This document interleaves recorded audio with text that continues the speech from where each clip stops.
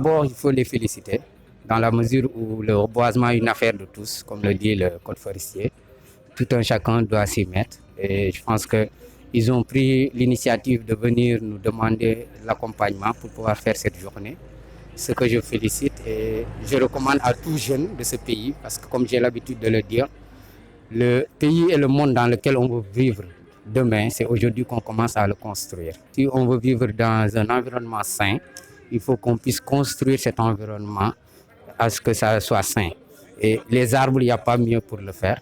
Et donc, reboiser, c'est quelque chose de plus que utile, c'est quelque chose de vital. Donc, je pense que le fait de le faire, nous, on ne peut que le magnifier et les remercier de nous accompagner dans la lourde tâche que l'État nous a confiée, qui est de faire en sorte que nos villes et notre pays soient verts et soient habitables. Le nombre, dans un premier temps, n'est pas déterminant. Ce qui est important, par exemple, dans l'axe dans lequel nous sommes, nous regardons ce qui est pertinent en termes de distance et d'arbres qui est utile, parce que ici, ce qui est plus important, c'est d'avoir des ombragés parce qu'on est à côté de la route.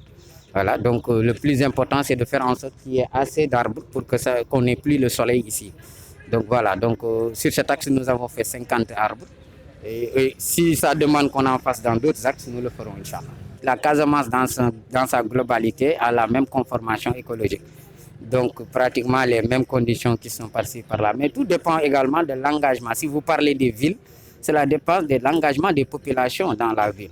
Voilà, on peut enlever tout et faire des villes que du bâti, comme on peut décider de ne pas quand même enlever le décor initial en faisant en sorte de construire ce qu'il y a à construire tout en gardant vraiment les arbres essentiels au décor.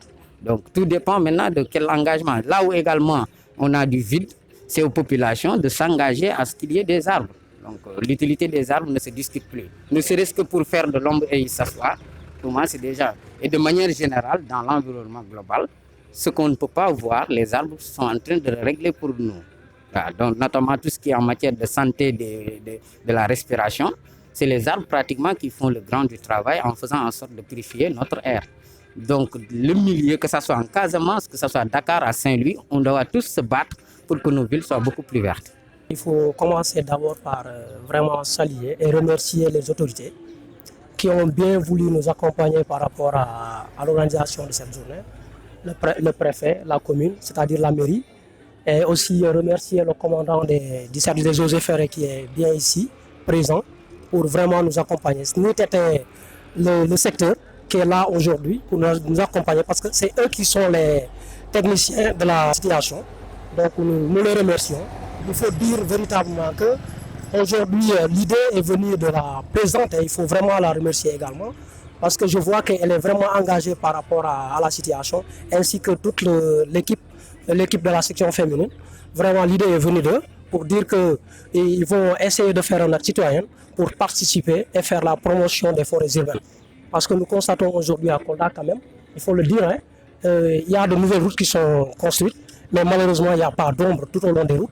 Mais aujourd'hui cet acte, il faut dire vraiment c'est un acte qui est venu à son heure. L'objectif c'est tout simplement de planter des arbres. De planter, c'est déjà un acte social qu'on fait. Parce qu'on est des jeunes, on est ici, on a vu qu'à Kolda, c'est quelque chose qui est un peu, je dirais, en retard. Tu vois des rues qui n'ont pas d'arbres, il n'y a pas d'ombre. Et comme ces moments-ci, on a vu qu'on a de nouveaux routes qui sont construites à Kolda. On a saisi l'opportunité de profiter de cela et de planter des arbres. D'abord, on a commencé par sensibiliser le quartier.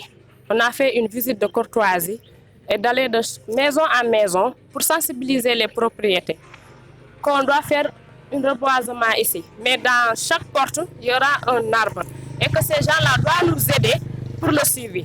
Parce que vous savez, le suivi c'est quelque chose d'important, de primordial. On fait souvent des reboisements, mais c'est le suivi qui est le problème. Il n'y a pas de gens qui suivent l'arbre. Sinon, ça risque de se gâter et on va reprendre encore à reboiser et ce n'est pas intéressant.